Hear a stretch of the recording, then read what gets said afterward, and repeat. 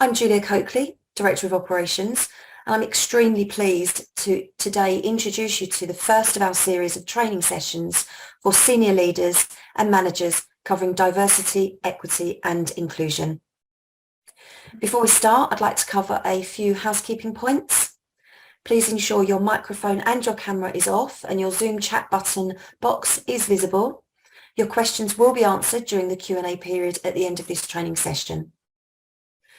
This training is accredited for CPD points if relevant to your ongoing professional development, and the video with supporting materials will be available within the members area of our website post-event. Following today's session, you will be sent a brief questionnaire, which I would ask you to please take 2 minutes of your time to complete. It is very important to the MGAA that we do deliver the best quality events, and your views are integral to allowing us to make these possible. So developed in partnership with Searchlight, we are delighted to offer a specialist diversity, equity and inclusion DE&I training programme for all association members. The programme, free of charge for all members, includes access to bi-monthly training, webinars, podcasts and articles, and aims to produce a much deeper and broader opportunity for members to both validate and introduce new DE&I learnings into their business. Today's session is aimed at senior leaders and managers, providing an opportunity to learn about what diversity, equity and inclusion actually is, and explore how members can start to implement positive and proportionate change into their business. Our series of sessions is being delivered by Holly Mapstone, Senior Human Resources Business Partner, and joining us on behalf of our training partner Searchlight. Holly is an associate of CIPD with extensive board level HR experience, including at HR director level, FCA certified. Her pragmatic and agile approach, combined with a strong operational, strategic and commercial experience, delivers business improvements and cost savings whilst driving up employee engagement, and her passion to create resilient and positive cultures will engage your teams and influence the business to execute excellence. So Holly, if I might hand over to you. Yeah, thank you, Julia. I have to follow that excellent bio. Thank you, everybody, for joining. Really good to see so many of you joining the first one. So I'll go straight in and kick off. We're going to be kind of going through the slide deck for the next 45 minutes. And then, as Julia said, we'll have plenty of time at the end to answer any of your Q&As that might be in the chat, or if you want to unmute yourself. So we'll have plenty of time at the end. So today's session is on diversity, equity and inclusion, and where do you start? It's a bit of a buzzword, isn't it? So let's just talk about what it is and where we go in businesses. So today's learning objectives. So by the end of today's session, we are proposing that all delegates will be able to describe the concept between the DE&I, explain and outline the benefits to having a strong DE&I policy and process in place, and then identify some actions and remedies for any gaps regarding that. And again, we'll come into that in a little bit more detail, but ensuring that it's proportionate to your business and your strategy. So this really isn't a blanket of actions. It really is trying to be as bespoke as we can to your businesses. So those are the 3 objectives for today. So do we really understand DE&I? So firstly, the diversity and inclusion piece, it pretty much does what it says on the tin. So for the diversity, it's the ability to bring all different people together in your workforce. And then with the inclusion, it's actually being able to provide the environment and the culture within your business to allow those different people to have the power and voice and share their views and beliefs. So diversity is almost the product in which it kind of attracting and retaining talent, and then the inclusion is almost the outcome in which you then create a positive environment for them to be able to share their views. And then when we look at equity versus equality, so there's been a shift, I would say, in the last 2 years. So quite often you might have heard the word equality rather than equity, and it's now moved to the latter. So if we just compare the two, equality is treating everybody in the same way. Seems very simple. The equality piece is around fair treatment and opportunity for people and adjusting your needs accordingly to each individual to then provide them with an equal opportunity. A really good analogy that I use for this is providing all your workers with a pair of shoes would be equality, but actually providing your workers with the right pair of shoes in the right size would be equity. So that's kind of how I envision that in my mind. And if we come on to this picture, I think this is quite a really powerful picture that sticks in my mind when you think about the difference. So what you may be doing within your business may be leading to the equality piece, because you're providing the same policy, the same process, the same cultural values to everybody within your business. But actually what we're trying to seek now is the equity piece, where actually you're reasonably adjusting those in line to give everybody the same outcome within the business. So that's something that you know, we kind of have to almost untrain our unconscious bias to learn about how to do that, and we'll talk in more detail about that. Okay, so to keep you all on your toes, we're going to do some polls throughout this. So the first poll is, do you think your organisation is diverse? Obviously now we've just talked about that. The pop-up will be on your screen now. I think we'll give you around about 30 seconds or so to answer those. Answers are either yes or no. Perfect, thank you, Julia. So yeah, coming in at 67% of you have said yes, that you think your organisation is diverse, and then 36% saying no. That's really interesting. And when we think about the diversity piece, obviously we're thinking around the current employee workforce pool that you've already got. So in terms of attracting that diversity, we're kind of going to come on to that, but in regards to recruitment and attraction within the labour market, I know it's particularly difficult at the moment, but we really need to look at how we can bring those numbers up so that you're actually confident to say yes to that question in terms of creating that diversity. And then just one other poll for you. So do you think your organisation is inclusive? Again, yes or no. Thinking about the diversity is the people within your business, the inclusion is actually, do they all have the same opportunity, power, autonomy to share their thoughts and be their full self at work? Excellent. So we've landed on 79% say that their organisation is inclusive, and then the 21% are saying they're not. So yeah, again, very similar trends, I guess, that predominantly most of you on the workshop think that you are diverse and inclusive, but still good work to be done on those that have answered no to those two questions. Thank you for participating, it's really helpful. So when we talk about inclusive, what does that mean to you? And it's, although I've just read out the kind of the strap line and the statement and the definition, actually what it means to you in your business is completely bespoke. So what inclusive looks for one business will look completely different to another. So it isn't one size fits all, it isn't a blanket policy. It really is molding it to your business strategy, your mission, you know, even your route to market and your goals. So and we'll touch on that in a little bit more detail. And another question just for you to think about, and again, feel free to pop questions or comments in the chat. So does your business represent DE&I within its values? So again, we've seen a huge shift within the FCA a couple of years ago around how important the cultural statement and responsibility is. And actually, have you considered that your diversity, equity and inclusion piece is represented within those values? I'd be really interested to hear your thoughts on those. Again, questions that will be very bespoke and answers that will be bespoke to your business.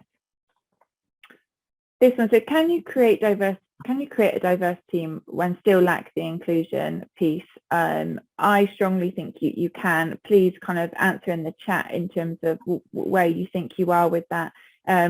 Some of you may have answered yes to a diverse team, but then no to inclusive. So I'd be really interested to get some feedback on you from the chat. We can go through that later as to why you think there's a difference, because unfortunately, just because you do have a diverse team doesn't always mean that you then bring that inclusion automatically.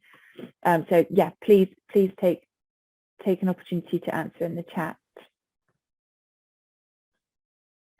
Okay, so when it comes to UK employees, 59% say their organisation has work to do with diversity and inclusion. I don't think that's particularly shocking. Like I said, DE&I is a bit of a buzzword at the moment. Everybody's kind of trying to ride the trend, and some businesses are behind the curve. So I don't think that statistic will shock you. But what may shock you is amongst UK businesses leaders, 40% of them believe they're failing at the diversity inclusion. So within the stats that we just done there, you guys are coming under that, which is really great. So as in, I guess within a specific sector or market that we're talking to today, you guys are coming under that statistic, but still a huge amount of work to be done to try to minimize those numbers. Okay, so why am I talking to you about this today? Why does it matter? Is it just a trend? Is it just a buzzword that will go away? Unfortunately not. It is something that needs to be taken very seriously, and for a couple of reasons. So firstly, it matters because of the talent within your business. Everybody says that, one of their strap lines might be their people are their greatest asset, or the people are the center of everything they do. Your people are the most important thing to your business. And actually, when we think about talent and acquisition, attracting from a wider pool, fishing in a bigger pond, attracting different people will bring a greater depth of talent to your business, which will then enhance your business model. The second reason is around corporate reputation. So again, in the context of diversity, if you're looking at social exclusions and economic rates, if you exclude certain demographics, for instance, then it's very limiting to your business and the overall trajectory that you may have to go on. So those are the 2 points that I always like to talk about: the talent and the corporate reputation in terms of being completely inclusive. But the thing that always kind of perks people's ears up, especially leaders and managers, is always around performance. So it matters because of performance. I'm going to share with you on the screen now some really interesting statistics. So a more diverse and inclusive team is 19% more likely to show innovation. So they're likely to be more creative, they're likely to bring more ideas. They're better at making decisions 87% of the time. So they're using the information, the data they've got, and they're making smarter decisions. 25% are more productive. 50% are less likely to quit. So when we think about, again, going into your recruitment, how much does it cost you to recruit, to retain? How much are you paying on recruitment commissions? How much time is lost with training new staff, and then they unfortunately don't stay within the business for longer than 6 to 12 months. So that is a huge cost to the business. And when it comes down to it, the bottom line is 36% are more profitable. So I would challenge every business leader, senior leader, and manager on the call to just challenge themselves to think, why wouldn't you want to be 36% more profitable? And when you think of the concept of these statistics, you might think, oh, well, that's really shocking, or that surprised me. Actually, again, when we're thinking about bringing different people together with different views and beliefs, different experiences that they can add to the table, these kind of statistics all start to kind of tally up. And I don't actually then think it is that shocking, but it's a case of breaking through those barriers and understanding the real benefit as to why it should matter to your business. Another poll for you now. So how comfortable are you talking about DE&I themes with your colleagues and employees? 1, not at all confident. 2, some confident. 3 is some confident, and then 5 is very confident. Again, really appreciate your participation on this. Perfect, thank you, Julia. So I'm a little bit shocked at this, to be honest, that only 3% say not at all confident. Most people that I speak to when you talk about DE&I, they're worried about getting things wrong, they're worried about saying the wrong thing, they're worried about offending people. There's so many kind of, the landscape's changing. And so, again, I think I completely empathise with why people wouldn't feel confident in talking about these sorts of themes. But really positive results from you. Some confidence is around 54%, and then very confident is 46%. So really, really pleasing. And again, please share in the chat if you feel comfortable any themes that you have seen coming out of your workforce, over the past sort of 12 months. And I'm sure there's been specific themes since COVID.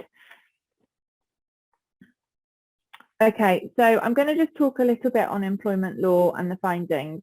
and this is HR heavy in a sense, but I'm going to talk at it at a very high level. And the reason I bring this slide into play is because obviously we're going to go on to talk about all the initiatives and changes and processes that we can bring into place. But actually when it comes down to it and the actual practicalities of embedding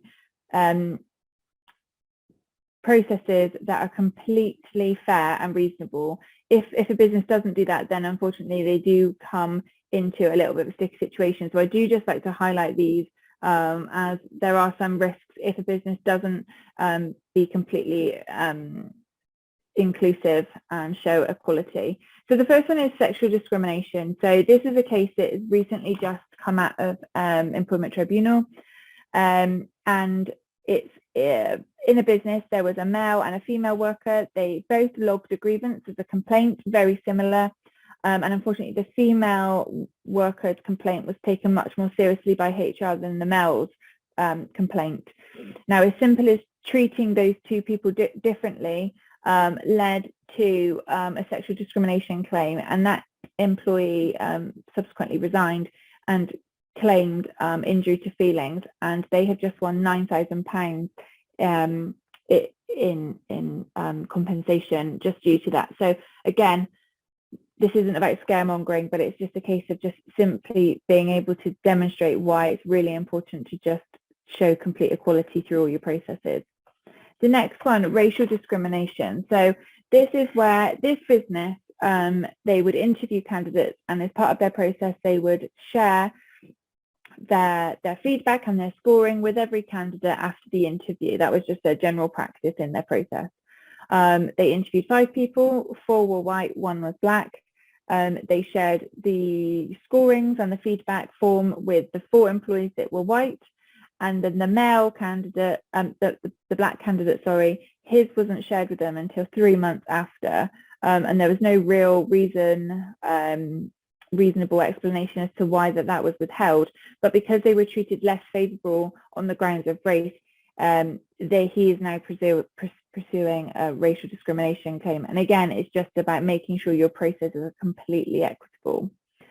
The disability discrimination claim is something that I always like to talk about, because when we think about disability, you know, our mind maybe goes to somebody who's got an impairment, who might be blind, have hearing, you know, in a wheelchair, but actually the disability under the Equality Act 2010 covers much more than that. So it covers things such as mental health and neurodiversity, which is a huge piece in the market at the moment. So again, I don't know whether any of your businesses have suffered with employees going off with mental health issues. Again, I'd really be interested to sort of see your trends within the chat around that. This case found a lady had gone off with stress and anxiety. The business unfortunately failed to make reasonable adjustments to her, and she pursued a disability discrimination claim. That one is being heard at the Supreme Court, I think, later this month. But unfortunately, due to disability discrimination, there's an uncapped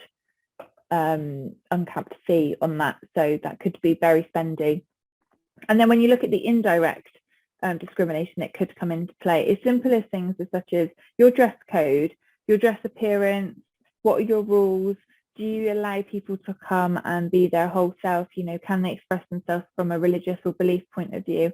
This case that was brought to light was an employee was kind of steered away from wearing their political and religious clothing and jewelry because it didn't fit in with the dress code. And again, that might seem outrageous to people on this call, but these things do happen, and as a result of this one is again going through the ET process. So the last 3 are still pending compensation, but even the first one for £9,000 for such a small change in behaviour or culture or conduct, it can lead to significant changes to the business. So I just wanted to highlight those to you as we go through. Perfect. I think this is the final poll, you'll be pleased to know. So this one, has an employee or colleague approached you to discuss discrimination or inequality before? So thinking about those things I just talked about, obviously answer yes or no. So you've got sexual, you've got racial, you've got disability, you've got gender. So it could be any of those. I'd be really interested to see. 42% of you said yes, that an employee has approached you about a discrimination or inequality issue, and 58% have said no. Interesting, on the people that have answered no, it always poses the question, is it that that's just not within your business, you don't have discrimination and inequality, or is it that it's almost an untouched and untalked topic with your senior leader? So it always intrigues me as to if it's not talked about because it's not there, or because it's not the culture to be able to talk quite freely about these things. Again, please feel free to use the chat. I'd be really interested to hear your thoughts on that. Okay, so the FCA have detailed that when it comes to DE&I, they're wanting a compelling strategy. Now, for some of you, you may think, what does that mean? What does that look like for my business? How am I gonna, how am I going to get that? So this slide, we're just going to talk through some ways in which you could potentially look at proportionately bringing in ED&I into your business. So I'm just kind of throwing out some ideas here, and it's really a case of just seeing how proportionate they are to your business. So first of all, the age diverse workforce. Is it really hard for you to attract a wide range of employees from all different ages? So firstly, I think the first thing you can think about is workforce planning. So look at the skills that you've got within the business. So as I've said this many times before, you can simply do that on an Excel spreadsheet. So look at all the jobs you've got and all the skills and requirements you need. And are there skills that can be completed by certain age groups better than others? Are you workforce planning in a way so that you can succession plan people into those roles? In regards to recruitment and being able to evidence as an employer that you're attracting from a diverse workforce from all ages, some things that I would think about is trying to remove any biases that you have. So, for instance, test your job description wording, put it out on Indeed for a week, put it on LinkedIn for a week. What sort of candidates do you get in? Are they from a certain age group? Are they attracting graduates? Are they attracting millennials? Are you struggling to kind of get that attraction from the older workforce? And then once you've done a test for a week, I would say then you can kind of retweak. Remember to make the language as clear and consistent as possible. Another thing I would always recommend is anonymizing CVs for reviewing. So quite often, especially in HR, you get your CVs in and you go on this mad search, on websites, on LinkedIn, on Facebook to find the person that has just applied, and that can seem as part of your research. But actually, all you're doing is going on to find a picture and a bio. And what does that picture and that bio tell you? Does that then feed into your unconscious bias decisions around age? So would you, for instance, consider an employee, a candidate, if they popped up and they were of an older generation? Would you immediately think, oh, they're just not suitable? So think about maybe just anonymizing those. And then what I would also say is pre-commit to some recruitment questions. So once you've got your job description or your role profile in place, pre-commit to the interview questions before you actually get the candidates sending in their CVs. Because another thing that I've seen is you have line managers that will tweak the interview questions in line with, say, a CV that's come in that's more favourable. So again, it's just trying to remove any opportunities for your unconscious bias to kick in. So trying to, again, make it completely equitable. Invest in your learning and development for all ages. We live in a digitalized world now where everyone's sort of hybrid or working from home, everyone's on Teams and Zoom. But in terms of your and development, how can you explore that so it still allows your older generation within the workforce to keep continuing to do their CPD? You know, have you looked at different ways in looking at that? Always support with health and well-being, so have a good occupational health referral scheme within your business is something I would always recommend. So as people do get of an older age, you can kind of provide that support to allow them to keep working for as long as they want.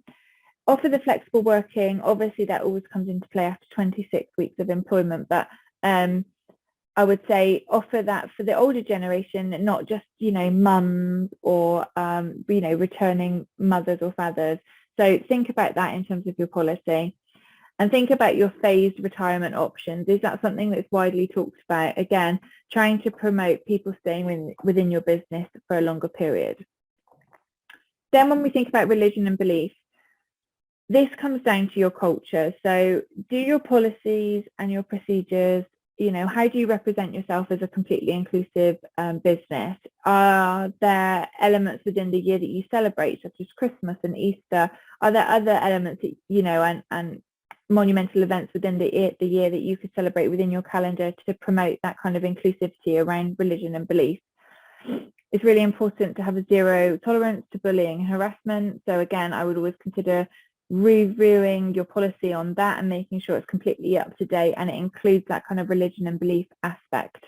You need to be sensitive to people's needs. So again, thinking about the dress code and the appearance, something as simple as that can make a big difference for someone to feel comfortable being their whole self at work.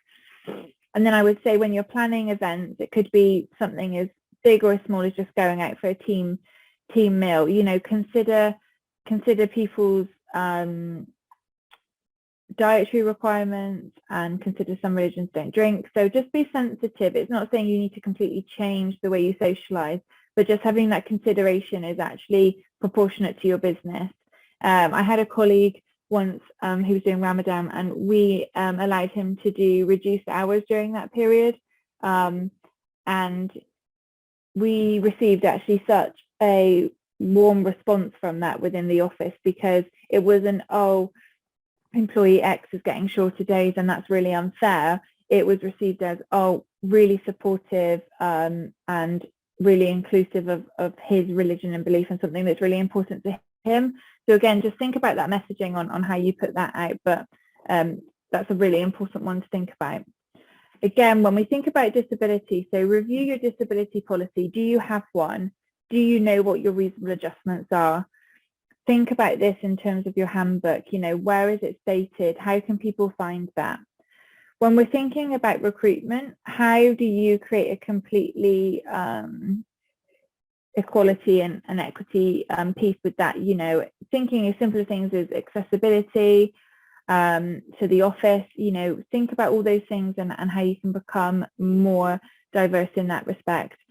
I would say network with like-minded businesses that also support a huge amount of disability within their business. So if you've got strategic partners or people within your local community, it's always really great to just network with those, to be working with them. You know, have you got somebody that you're championing, or do they endorse that? You know, follow that. That's really positive PR for you guys as well. So remember we talked about that kind of company reputation piece as well. So maybe it's not always about what you're necessarily doing in-house, but externally to the market, can you be doing things to go on a journey to increase your inclusion? And I would also say about looking about the becoming a disability confident employer, which is part of the gov.uk scheme. So if you go on to disability confident employer scheme.gov.uk, that's a really great way to start that initiative, just to kind of work through those tick boxes, just to see if there's small changes that you can make to your business that would make a big impact. When we look at race, you know, this is something, again, from an attraction point of view, I think you need to think about how do you go out to market and how do you attract people? So are you working with agencies that promote and have that within their values and culture? So I think it's really important to have that collaboration with your agencies. Also, if you're going, you know, such as job boards as in Indeed or LinkedIn, again, try to prevent yourself from using generalized terms. So, you know, try to just keep the language and the dialogue within your job descriptions very, very clear. Within this whole piece, you know, people like to remain fluid. This is kind of the new world that we're working in. People don't want to be boxed off or put in a category. So again, why does it have to be that? You know, recent research has shown that the recent terminology around BAM, so Black and minority ethnicity, is actually something that a lot of Black people in the community cannot relate to, because actually when you look at that on a global scale, they're actually the majority, not the minority, so they don't feel it's a true reflection of themselves. So again, why do you need to put a label on it? Why do you need to just categorize people? Why can't you just allow people to just come and be themselves? So again, thinking about terminologies that you might use on new starter forms or engagement surveys, so think about that, and just try to remove any unconscious bias, judgment or decisions that you have within the recruitment process is key. The gender equality piece is obviously something that's been on the radar for a huge while. And I would say the first point is to just look at the data that you've got. So look at the HR data that you've got within your system or within the business, and pull off reports and analyze that data and set yourself some goals as to how you can increase that gender equality. Senior leaders need to be championing this from all levels. So it needs to be endorsed from the very top. So this is very much top down.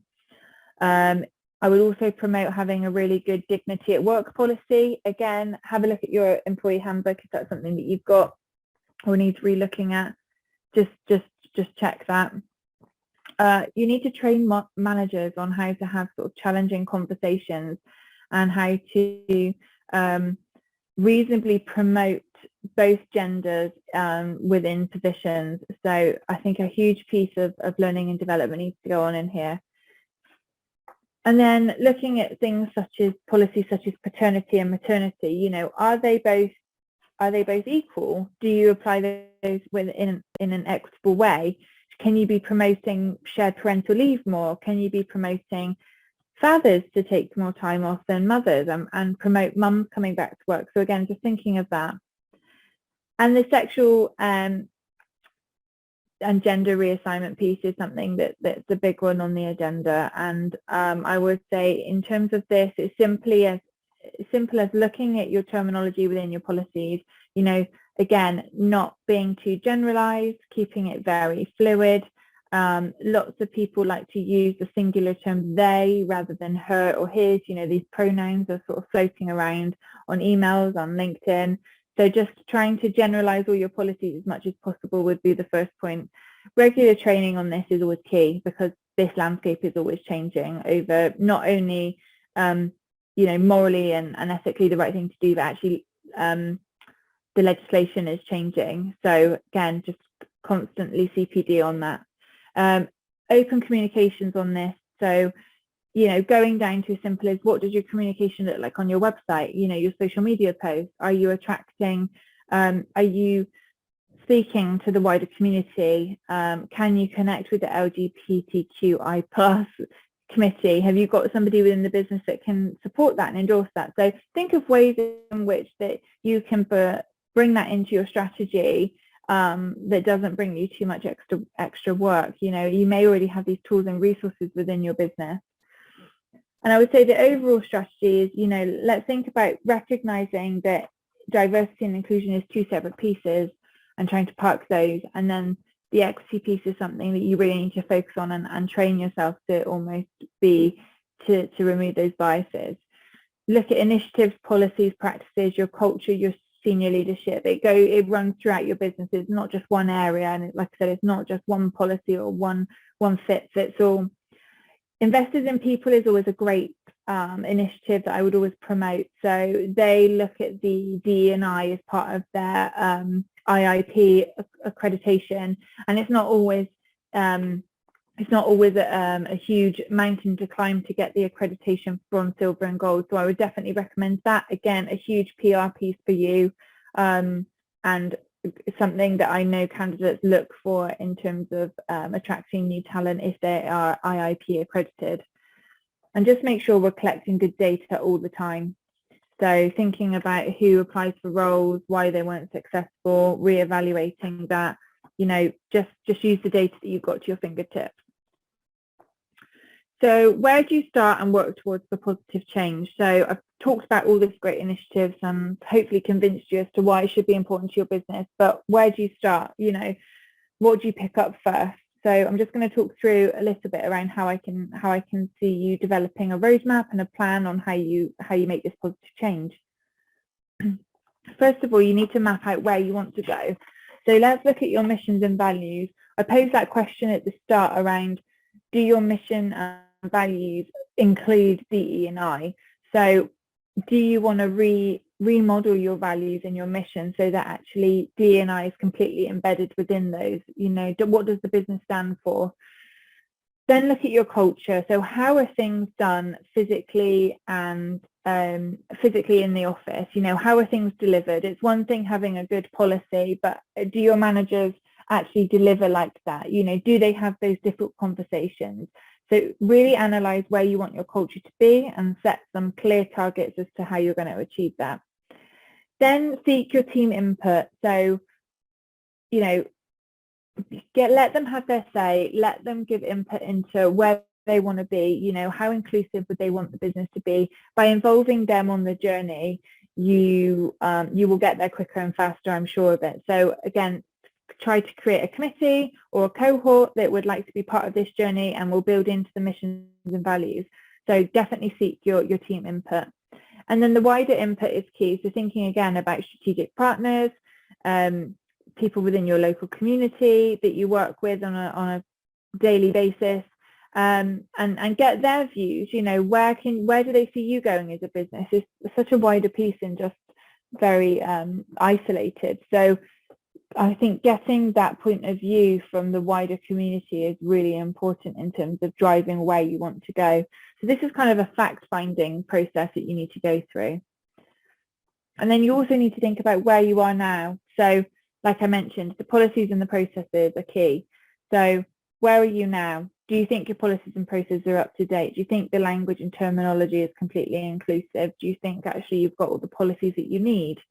So again, do a little bit of a gap analysis there. Experiences and views. So take the experiences and the views that you've got from your team at the moment. Do they feel that their voice is heard? Do they have an equal opportunity to jobs? Do they have autonomy to do their job properly? Do they have an equal opportunity to training? So engagement surveys are great for this.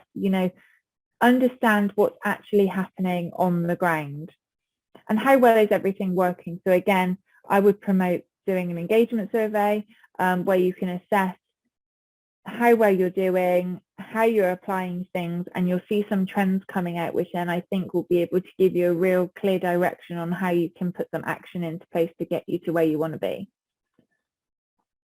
So drawing up your map, I like to think of this in 4 pieces. So first of all, the policies and the processes. Look at your language, look at your terminology. Is it inclusive? Is it readily available? People with disabilities, can they still interpret that and read that? Is it written in a way that's completely inclusive for people, for neurodiverse people? So think about that in terms of the application. Your recruitment and retention piece is huge. So everything from job descriptions to providing the options to apply within your business and creating that organic growth, right through to how you interview, how you ask questions, how you give feedback. So all of that needs to be pulled into this map on how you can make change. And there may be already the good things that you're doing now, but I think by pulling this map together, I will actually be able to then demonstrate all the good things you are doing. The culture, behaviours and engagement piece is what I would say is happening live within your business now. So again, think about, what conduct is acceptable. Do people feel that they can bring their whole self to work? We talk quite a lot about psychological safety within the workplace, and that's something that I would always challenge businesses to try to promote. Can they bring their whole self? Can they talk about their religious background? Can they talk about their transgender assignment? How open are you to that? What sort of language do the senior leaders use? Can they talk about their well-being and welfare and their mental health, or is it something that's a bit of a taboo subject? So again, think about that in terms of internally what actually goes on within the business. And then your internal and external comms is key. So how often do you communicate with your business, your team? Do you do that through different mediums? Do you provide different support, to cater for different people's needs and to allow them to understand fully where the business is going? It could be as simple as giving them an update on the company's performance and things. Are you delivering that in multiple ways so that different people can learn? Think about your external comms. Again, simple things like your website. Have you got images where you can do control alt on so that people with visual impairments can still see the images? Is it completely inclusive in the language? Ironically, if you're dyslexic, black writing on a white background is the hardest for dyslexic people to read. So again, thinking of that, have you looked at your website? Have you looked at how inclusive that could be? So kind of cast the net as wide as you want to go. So actions to take away from today. So always offer soft skills training throughout. So this piece, obviously, we've talked about very specific policies, but in terms of senior leaders, I think soft skills training is key. Developing that emotional intelligence to be able to connect with people to allow them to feel inclusive is key. So reevaluate how you do that, whether that's through LinkedIn training, whether that's online training, but definitely develop some soft skills training. Refine your talent acquisition model. Again, think about all those things we talked about with recruitment. It's absolutely key. Complete our inclusive health checker. So IHRS ran their own inclusive health checker. It's very simple and easy to do, and I'm more than happy to support any business that would like that. I think there's more details on the following slides.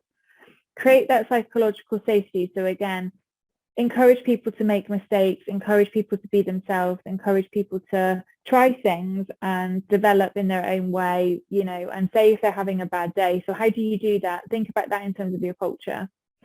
And then map out a new and inspiring policy that mirrors your culture. So again, I think once you've pulled all this together, a DE&I policy is something that really will cement all the positive changes that you want to make, and as we go through these webinars, hopefully we'll be adding more and more detail to this to be able to bring this all together. So hopefully you'll now be able to describe the concepts of DE&I. I think we've gone through that. Explaining out the benefits, like I said, it's not as simple as doing the right thing. The performance element in that is key. And then identify some actions and remedies. Hopefully I've given you some bite-sized pieces of information for you to consider, that you might want to go away and have a little look at, and be prepared for the next session. So what else can you expect on the series? So there's a long list there, and I've talked about some of them already, and I feel very passionate about all these things such as unconscious bias, inclusive leadership, cultural alignment, and communications. But yeah, hopefully we're kind of going to be touching on all these different elements that I talked on today, and giving you more support and resources that you need to cover those off. Julia, did you want to add anything at this part before I flick on to the next slide? No, I would just ask people, which I was going to kind of sign off with anyway, but would just ask people to look out for future communications. We will be entitling them the same, diversity, equity and inclusion. And as you say, there'll be a series. This is one of 6. There will be other shorter podcasts for staff.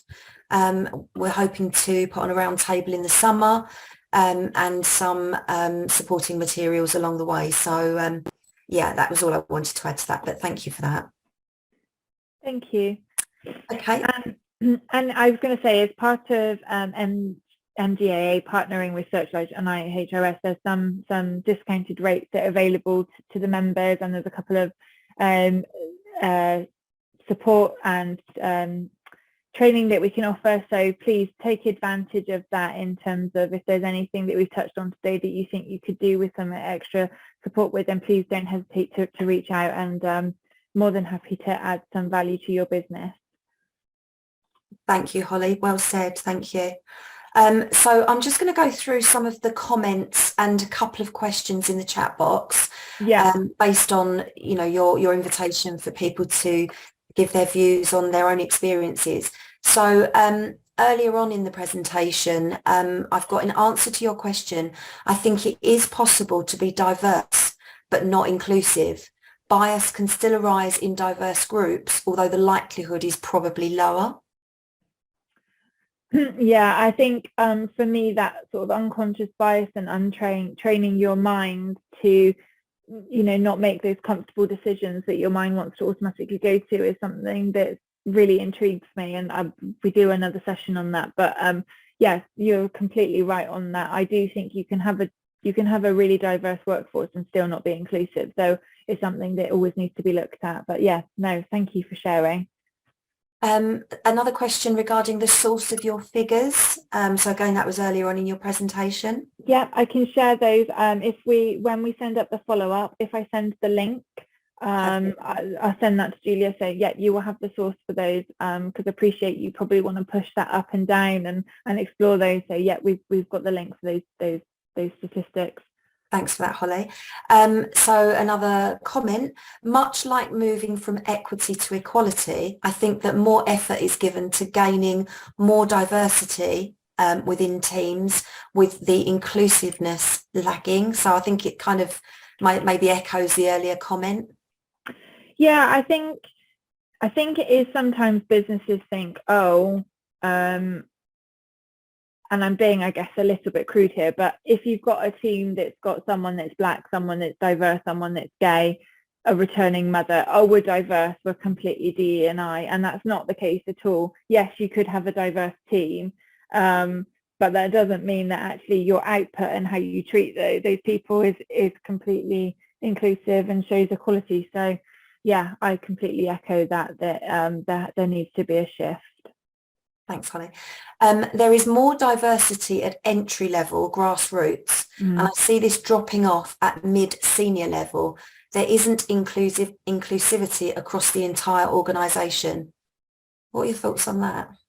Yeah, I think for me personally, I can only speak about my own sort of experiences, and being a part of a board. I was one of the only females on the board. So yeah, I think the higher that you go within a business, and as your age, as you kind of creep up that age ladder, I do think due to multiple reasons, it does impact the ability for everybody to have the same opportunity for roles. I use this, I'm a mum. Do I think I would have been given the same opportunities if I hadn't have returned full time? Personally, I don't think so, but that's down to a business and a culture and whether they can allow that. So it's those small changes to maybe seeing how you can create that. But I agree, definitely grassroots, you've got your grad schemes coming in, you've got your apprentices coming in, it's much more diverse and much more inclusive. And then the higher you do get up, it is about making those key changes and actually having the senior leadership team change the direction of the business that they want to go to, so that they're represented in a very equitable way. Thanks, Holly. So I have got just a couple of questions for you. How are we doing for time? We've got 7 minutes. Yep. So the first one I have is, I understand that DE&I should be proportionate, but do you have any advice for small firms who do not have an in-house HR resource? Yeah, that's a really good question, and I think it is all about people being proportionate. I've kind of talked a lot about it today, and best case scenarios and initiatives. And I think actually, if you're feeling overwhelmed and you don't have an in-house HR or a designated consultant, then the best way is to look at almost your quick wins. So I would kind of split it into your quick wins around what can you do from a housekeeping point of view and a compliant point of view to make sure you're in line with the legislation and that you're giving the best opportunities for your managers to follow processes properly. And that's just really like the basic level.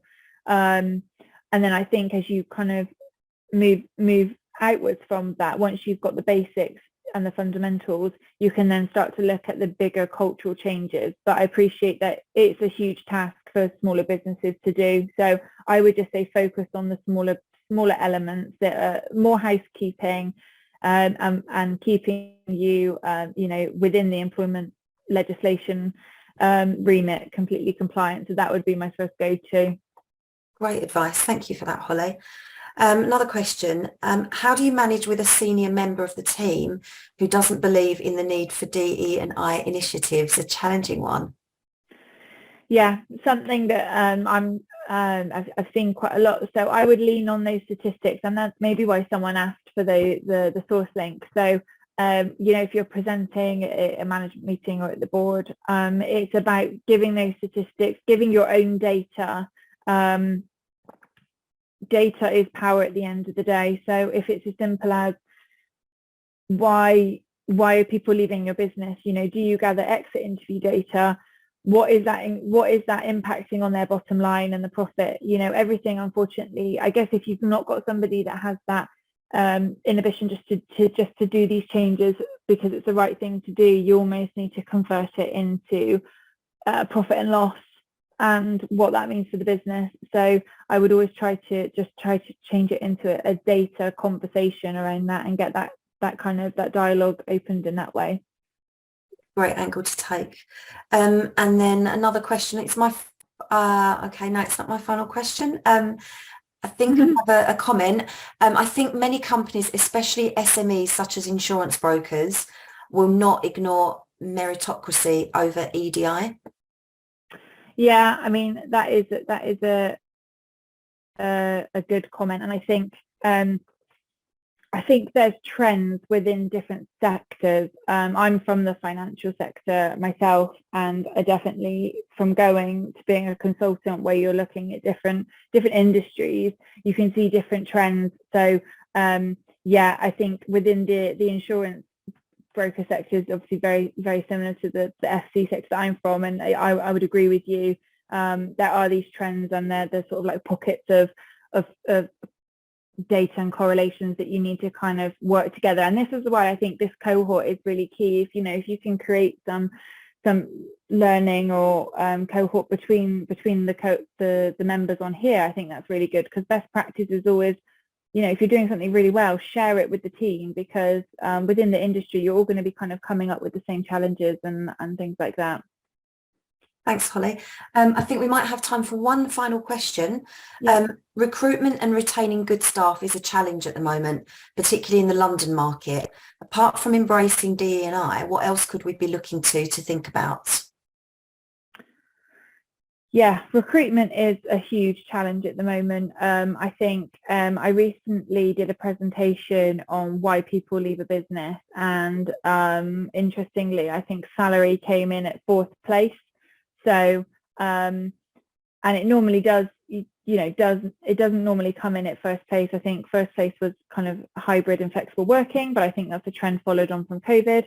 But normally the top two trends that you see on year on year on the annual sort of statements is around culture and the bigger purpose. So it is genuinely true when people say actually they join a business because they want to add value. They don't just want to be a small cog in a big wheel. They want to know where they're going. They want to know what their career is. You get people coming in, and within probably 3 to 6 months they're asking, what could their promotion be? When can they be at management level? When can they do this? So I would say, in terms of the recruitment piece, obviously benchmark your salary and your remuneration package, but what else have you got to offer in terms of culturally that can attract that talent? Because that can be the kind of cutting edge or your USP over just offering the standard package. So yeah, think about the wider motives as to why people leave, and then try to combat that with your strategy. Well, that takes us nicely up to time. Holly, thank you so much. I think this is it is such an important series of sessions, and it's terrible to say, but there is still some, demystifying that needs to be done around the whole DE&I piece. And, certainly this might be a small inroad, but definitely I see it as an inroad as such. And, Yeah. we're privileged to be able to provide this to our members as a benefit of their membership. I've just got a comment saying, thank you, Holly. Excellent presentation with really good and relevant content. So that's one of our delegates. I would ask our delegates, please, to complete the feedback form that I'll issue imminently. As I say, it's so important for us to know whether we're hitting the mark, we're delivering the right things, and particularly as well, this is a new membership benefit for our members. So we want to make sure that this is a good value in your membership fees. So again, Holly, thank you very much. Please do look out for the next date. There'll be some staff, for some sessions aimed at staff coming up next month, with the following month will be the second session in this series. Thank you all for joining us. I hope you have a really good afternoon, and hope to see you all soon. Take care now. Thank you. Thank you, everybody.